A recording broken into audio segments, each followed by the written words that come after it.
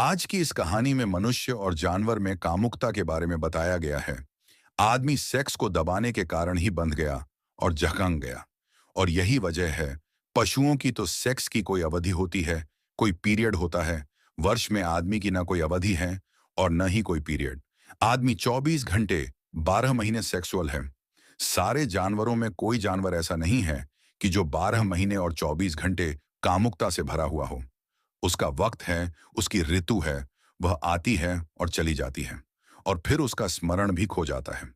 आदमी को क्या हो गया है? कभी आपने इस पर विचार किया कि कोई पशु हर स्थिति में हर समय कामुक नहीं होता, लेकिन आदमी हर स्थिति में हर समय कामुक है। जैसे कामुकता उबल रही है, जैसे कामुकता ही सब कुछ है। यह कैसे हो गया? यह दुर्घटना कैसे संभव हुई है? पृथ्वी पर सिर्फ मनुष्य के साथ हुई है और किसी जानवर के साथ नहीं, क्यों? एक ही कारण है, सिर्फ मनुष्य ने दबाने की कोशिश की है, और जिसे दबाया वह जहर की तरह सब तरफ फैल गया। और दबाने के लिए हमें क्या करना पड़ा?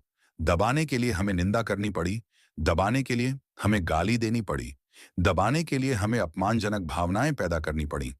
हमें कहना कि सेक्स पाप है, हमें कहना पड़ा कि सेक्स नरक है, हमें कहना पड़ा कि जो सेक्स में है वह गर्हित है, निंदित है।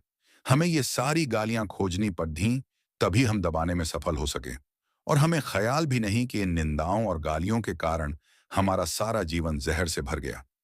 नीत्शे ने एक वचन कहा है जो बहुत अर्थपूर्ण है। उसने कहा है कि धर्मों ने जहर खिलाकर सेक्स को मार डालने की कोशिश की थी। सेक्स मरा तो नहीं, सिर्फ जहरीला होकर जिंदा है। मर भी जाता तो ठीक था, वह मरा नहीं, लेकिन और जहरीला भी हो गया और जिंदा है। ये जो सेक्सुअलिटी है, ये जहरीला सेक्स है। सेक्स तो पशुओं में भी है, काम तो पशुओं में भी है, क्योंकि काम जीवन की ऊर्जा है। लेकिन सेक्सुअलिटी, कामुकता सिर्फ मनुष्य में है। कामुकता पशुओं में नहीं है।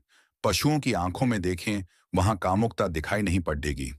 आदमी की आंखों में झांकें, वहां एक कामुकता का रस झलकता हुआ दिखाई पड़ेगा। इसलिए पशु आज भी एक तरह से सुंदर है, लेकिन दमन करने वाले पागलों की कोई सीमा नहीं है कि वे कहां तक बरस जाएंगे।